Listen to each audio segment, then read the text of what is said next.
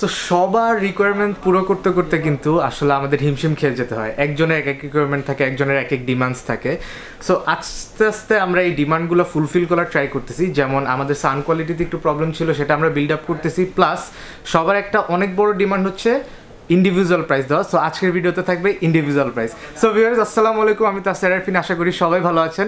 আজকে একটা পিসি বিল থাকবে যেটা মিড রেঞ্জ একটা পিসি বিল, 50,000 টাকার উপরে কিন্তু 60,000 টাকার নিচে।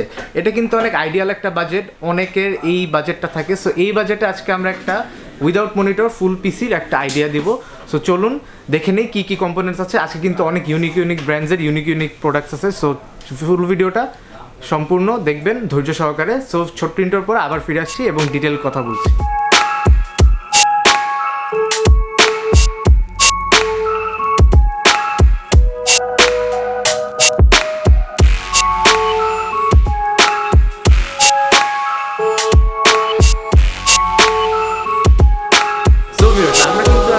রাইজেন চুজ করেছি। রাইজেন কিন্তু আমাদেরকে সবসময় ভ্যালু ফর মানি প্রোডাক্টস দিয়ে থাকে। সো বরাবরের মতো আমরা রাইজেন দিয়ে আজকে একটা পিসি বিল্ড করবো এবং এটা DDR4 প্ল্যাটফর্মের একটা বিল্ড হবে, যেহেতু মিড রেঞ্জ বাজেট। সো আজকে আমাদের প্রসেসর হচ্ছে Ryzen 5 5500, যেটা 6 কোর 12 থ্রেড এবং বেস ক্লক স্পিড হচ্ছে 3.6, বুস্ট ক্লক স্পিড হচ্ছে 4.2, 19 MB ক্যাশ এবং এটা একটা আনলক প্রসেসর। সো ওভারক্লকিং করতে পারবেন এবং এটা ওয়ারেন্টি থাকবে 3 ইয়ার্স। ভিতরে একটা স্টক কুলার দেওয়া আছে, এটার সাথে আফটার মার্কেট কুলার ইউজ করার তেমন কোনো প্রয়োজন নেই। যদি আপনার ওভারকিল করতে ইচ্ছা না হয় কিংবা বেশি শো অফ করতে ইচ্ছা না হয়, এটার সাথে আফটার মার্কেট কুলার বা লিকুইড কুলার ইউজ করার দরকার নেই। এটার সাথে যে স্টক কুলার আছে এটা দিয়েই কাজ চলবে। সো এইটা হচ্ছে আমাদের প্রসেসর এবং এই প্রসেসরের সাথে আজকে আমরা পেয়ার করব MSI এর একটা motherboard, MSI B450 Pro VDH Max। এইটাতে কিন্তু সব ধরনের ইম্পর্টেন্ট পোর্টস দেওয়া আছে, 3.1 Gen 1 USB 2.0, এরপরে ডিপি পোর্ট, দেন HDMI পোর্ট, ডিসপ্লে পোর্ট, দেন সব ধরনের পোর্ট দেওয়া আছে। যদি আমরা একটু পিছনে দেখাই, মাদারবোর্ডটা দেখতে এরকম 4টা স্লট সহ ভালো হিটসিং দেওয়া আছে এবং ভালো একটা বিল্ড কোয়ালিটি এবং এটা খুবই ডিউরেবল যেহেতু MSI প্রোডাক্ট। এবং এইটাতে দেওয়া আছে M.2 এর স্লটস, অর্থাৎ এটা হচ্ছে একটা Gen 3.0 সাপোর্টেড একটা মাদারবোর্ড, যেহেতু 450 চিপসেটের এই মাদারবোর্ডটা আমরা পেয়ার করব। এই মাদারবোর্ডের ওয়ারেন্টি কিন্তু থাকতেছে 3 years MSI B450M Pro VDH। এবং এই মাদারবোর্ডটার সাথে আমরা আজকে যেহেতু মিড রেঞ্জের বাজেট, সো একটা স্টিক অ্যাড করব র্যামের, যেহেতু আমরা ফিউচারের কথা চিন্তা করে অলওয়েজ পিসি বিল্ড করি এবং 4টা র্যাম স্লট আছে। আমরা আজকে একটা স্টিক ইউজ করব 8GB 3200 hertz Kingston Fury. Kingston কিন্তু অনেক ওল্ড একটা ব্র্যান্ড এবং এটা কিন্তু মার্কেটে আস্তে আস্তে দখল করতেছে নিজের জায়গা। সো একটা আপরাইজিং ব্র্যান্ড এবং একটা ওল্ড ব্র্যান্ড হিসেবে এটা খুবই অলরেডি জনপ্রিয় হয়ে গেছে। সো এটার ওয়ারেন্টি থাকবে লাইফ টাইম এবং এটার ইন্ডিভিজুয়াল প্রাইসটা হচ্ছে 2300 টাকা। প্রসেসরের ইন্ডিভিজুয়াল প্রাইস হচ্ছে 5500 10,500 টাকা এবং মাদারবোর্ডের ইন্ডিভিজুয়াল প্রাইস হচ্ছে 9,700 টাকা। এরপরে আজকের ফার্স্ট ইউনিক প্রোডাক্ট যেটা হচ্ছে আজকের SSD। অনেক এসার দেখেছি আমরা, অনেক কিংসম্যান দেখেছি, অনেক ধরনের প্রোডাক্টস দেখেছি, কিন্তু আজকে MSI এর একটা SSD নিয়ে আসলাম।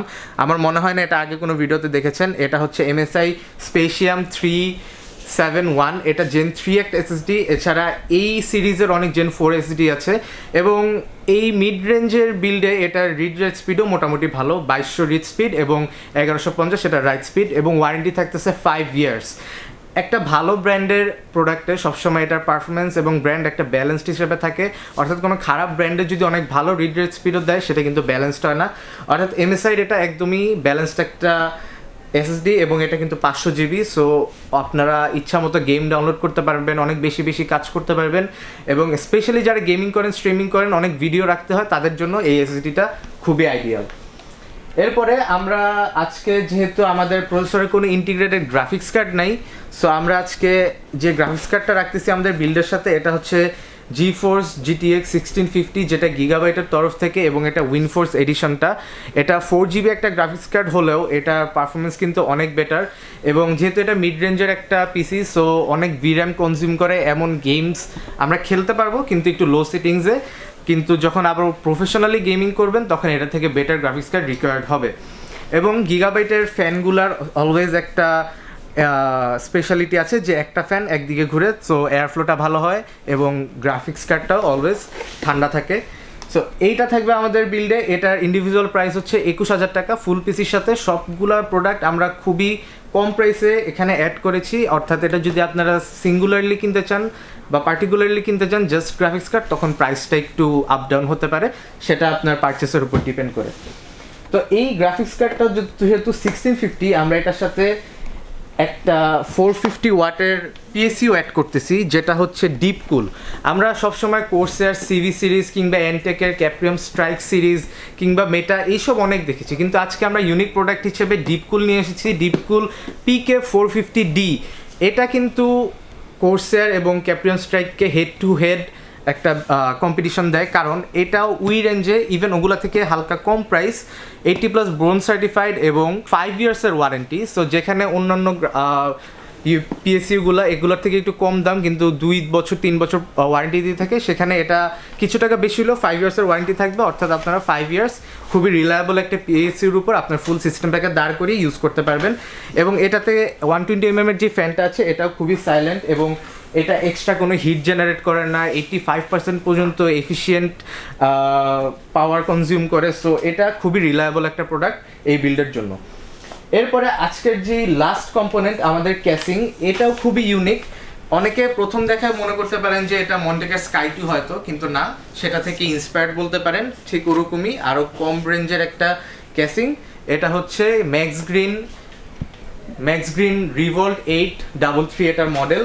এটার যদি উপরে পোর্ট দেখাই আমরা, এটার উপরে একটা পাওয়ার বাটন থাকবে, একটা এলইডি বাটন সুইচ থাকবে, এখান দিয়ে আপনারা RGB চেঞ্জ করতে পারবেন। এছাড়া ইউএসবি পোর্ট থাকবে 3টা, এখানে 3.2 থাকবে একটা, এবং হেডফোন মাইক্রোফোনের একটা আলাদা অডিও জ্যাক। উপরে থাকবে ম্যাশ ফিল্টার এবং সবচেয়ে ইম্পর্টেন্ট, এটার সামনে 2টা 120mm এর ফ্যান এবং পিছনে একটা 120mm এর ফ্যান। সো প্রসেসরটা হিট প্রডিউস যখন করবে তখন আমরা স্টক কুলারটা থেকে যে হিট প্রডিউস হবে সেটা এই ক্যাসিংটা খুবই ইজিলি এক্সট্রাক্ট করতে পারবে ক্যাসিংয়ের ভিতর থেকে, কারণ ক্যাসিংটার সামনেও ম্যাশ, উপরেও ডাস্ট ফিল্টার দেওয়া আছে। সো এই ক্যাসিংটা হচ্ছে রেভেঞ্জার রিভল্ট 833। এটার ইন্ডিভিজুয়াল প্রাইস হচ্ছে 3500 টাকা এবং এসএসডির যে ইন্ডিভিজুয়াল প্রাইসটা এটা হচ্ছে 4600 টাকা। এবং আমাদের এই হোল পিসিটার প্রাইস আজকে দাঁড়াবে হচ্ছে অনলি 55,600 টাকা, অর্থাৎ যারা 50,000 টাকার কিছু এক্সট্রা বাজেট নিয়ে এরকম একটা পিসি বিল্ড করতে পারতেছেন, ফিউচারে প্ল্যান থাকতেছে, আপনারা হোল পারফরমেন্স পাচ্ছেন এবং সব ধরনের ফ্যাসিলিটি এই পিসিটাতে থাকতেছে। এবং এটার সাথে যদি আপনারা কোনো 100 হার্জের মনিটর অ্যাড করেন তাহলে অ্যারাউন্ড 65,000 টাকায় এই পিসি বিল্ডটা হবে। অর্থাৎ আমি মনে করি এই মিড রেঞ্জ বাজেটে এটা খুবই আইডিয়াল একটা পিসি বিল্ড হতে পারে এবং ব্যালেন্সড। সো এই ধরনের পিসিগুলো আমরা জাস্ট আপনাদের আইডিয়া দেওয়ার জন্য দিই। এছাড়া আমাদের কাছে অনেক ধরনের প্রোডাক্টস আছে, আমাদের কাছে ল্যাপটপস আছে এবং অন্য বিভিন্ন ধরনের মাদারবোর্ড আছে, র্যাম আছে, অনেক ব্র্যান্ড আছে। সো আপনাদের অবশ্যই কাস্টমাইজ করার অপশন থাকতেছে এবং এই ধরনের ফ্যাসিলিটি পেতে হলে আপনাদের সবার চলে আসতে হবে ক্রিয়েটাস কম্পিউটার মাল্টিপ্ল্যান সেন্টার লেভেল 7 756 নম্বর 57 নম্বর শপে। আপনাদের সবাইকে ওয়েলকাম এবং আসবেন, আমাদের শপটা ঘুরে যাবেন, দেখবেন এবং পিসি ভালো লাগলে নিয়ে যাবেন। সো নেক্সট কি নিয়ে ভিডিও দেখতে চান সেটা নিয়ে আমাকে কমেন্ট করে জানাবেন। সেই পর্যন্ত আল্লাহ হাফেজ, দেখা হবে নেক্সট পর্যন্ত ভিডিওতে।